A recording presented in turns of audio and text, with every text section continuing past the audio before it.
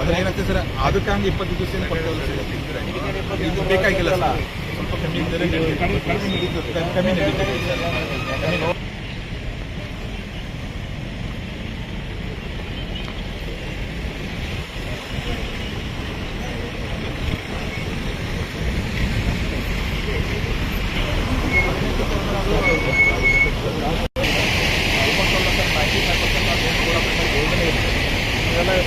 ಎಲ್ಲ ಸ್ಟಾರ್ಟ್ ಮಾಡಿ ಚಾಲು ಮಾಡಿದ್ವಿ ಮತ್ತೆ ಸರ್